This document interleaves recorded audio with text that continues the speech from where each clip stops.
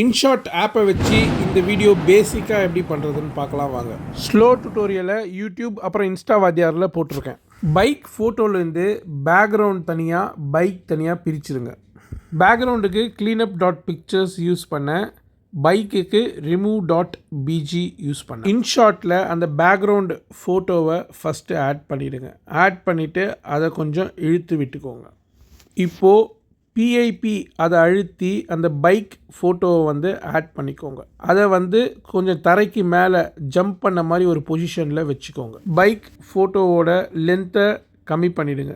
பண்ணிவிட்டு இப்போ இந்த ஃபோட்டோவை டூப்ளிகேட் பண்ணுங்கள்.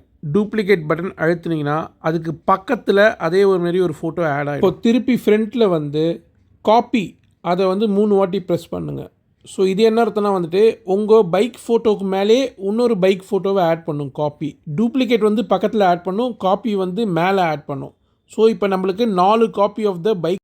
எதுக்கு இப்படி பண்ணுறோன்னா 4 பீஸ் ஆஃப் த பைக் ஒன்றா ஒரு பைக் ஆகுது. அதுக்கப்புறம் அது கீழே. இப்போது இந்த பைக்கை 4 பார்ட்டாக பிரிக்க போகிறோம் மாஸ்க் யூஸ் பண்ணி. ஸோ ஸ்கொயர் மாஸ்க் இருக்கு இல்லையா, அதை யூஸ் பண்ணி அதை ரைட் ஹேண்ட் சைட் கார்னரில் தள்ளிடுறேன். இந்த மாதிரி அடுத்த ஃபோட்டோ செலக்ட் பண்ணி மாஸ்க்கு இப்போ லெஃப்ட் ஹேண்ட் சைட் கார்னர் கீழே போட்டுடுறேன்.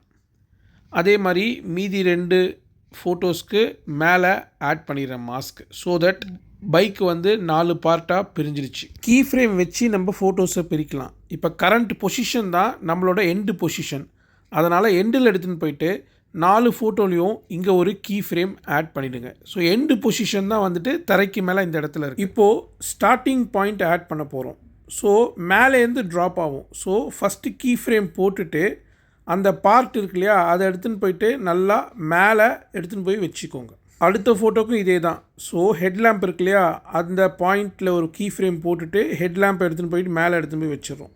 எல்லா ஃபோட்டோஸ்க்கும் நீங்கள் கரெக்டாக இதை பண்ணியிருந்தீங்கன்னா இப்படி வரும் உங்கள் கிளிப். இப்போ 5வது ஃபோட்டோவில் ஸ்டார்டிங்கில் ஒரு கீ ஃப்ரேம் போட்டுட்டு எண்டு கீ ஃப்ரேம் பைக் தரையில் நிற்க வச்சு போட்டுடுங்க.